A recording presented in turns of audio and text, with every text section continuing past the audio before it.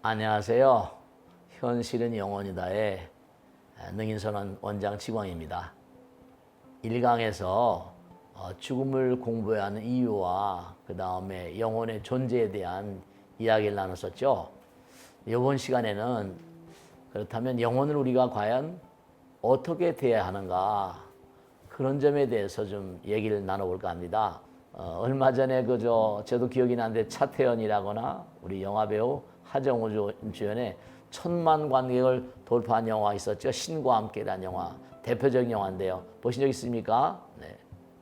잠깐 그 영화 내용을 못 보신 분들을 위해서 간략하게 설명을 해드리면, 그 신과 함께는 말이죠, 소방관이었던 주인공 김자홍이라고든가요.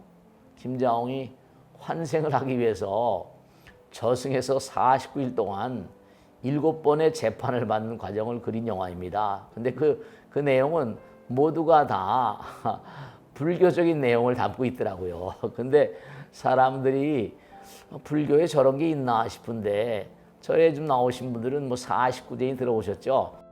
그 영화 속에서는 인생을 죽음과 삶, 생과 사라는 이분법으로 나누지 않고 과거, 현재, 미래라는 시간, 또 전생, 현생, 내생으로 확장되어서 끊임없이 영원히 순환한다는 그런 그 내용, 어떤 불교적인 세계관을 다루고 있는데요.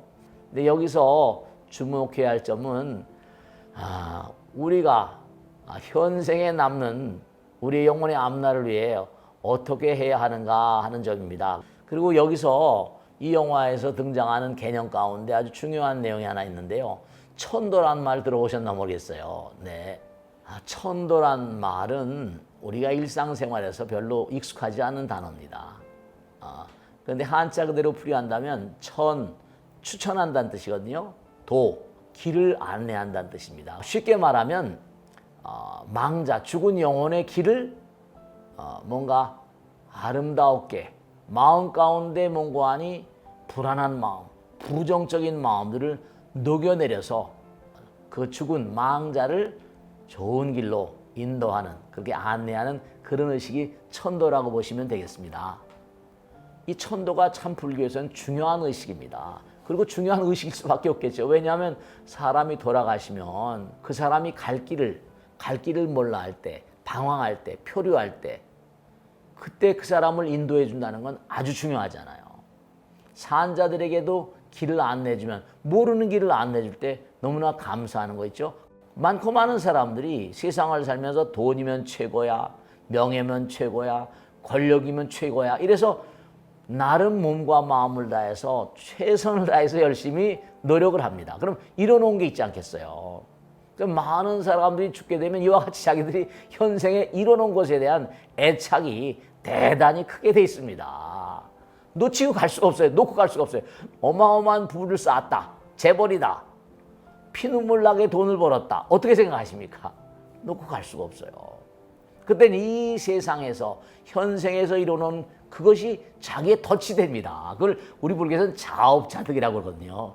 자작자수라고 그러고, 이러는 게 덫이 돼가지고 이승을 떠나서 영혼의 세계로 나가지 못하는 그런 영혼들이 우리 주변에 꽉 차 있습니다. 눈에 보이진 않지만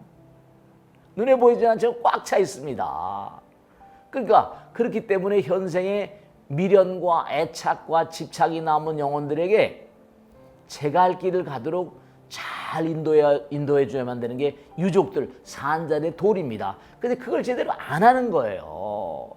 그러면 당연히 뭔가하니 망자들이 섭섭해하겠죠, 그죠? 네, 이게 참 안타까운 겁니다.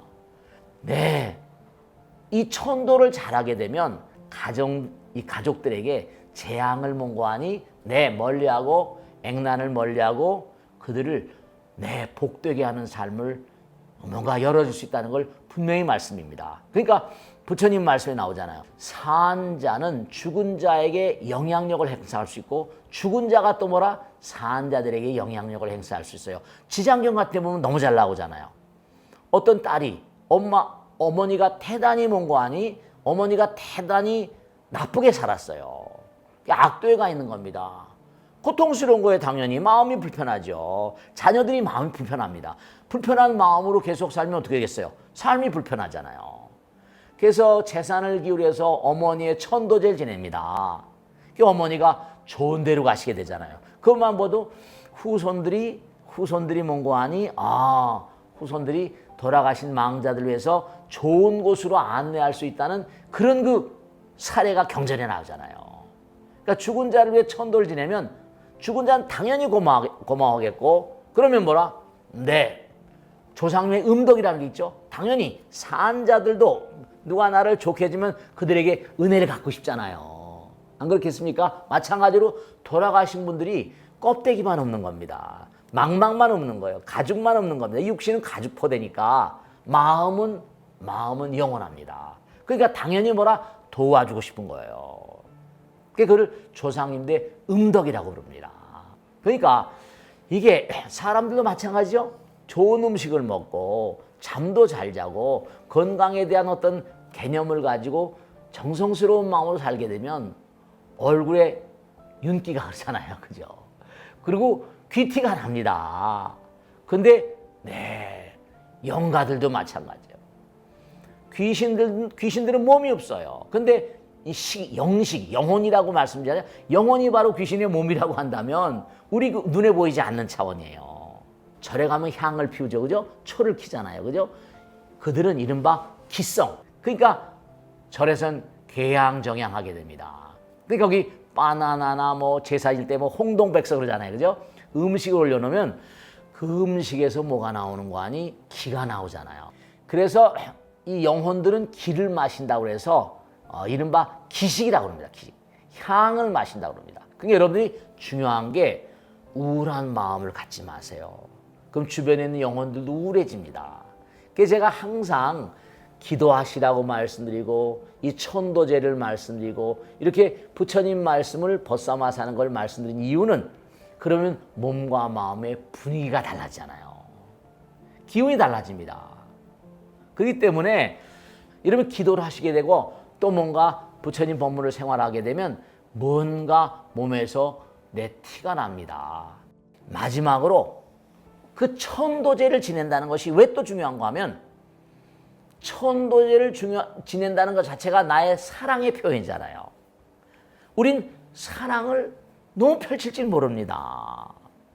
살아생전에 우리가 서로 사랑을 나눠야 돼요. 사랑은 하나로 만드는 거잖아요.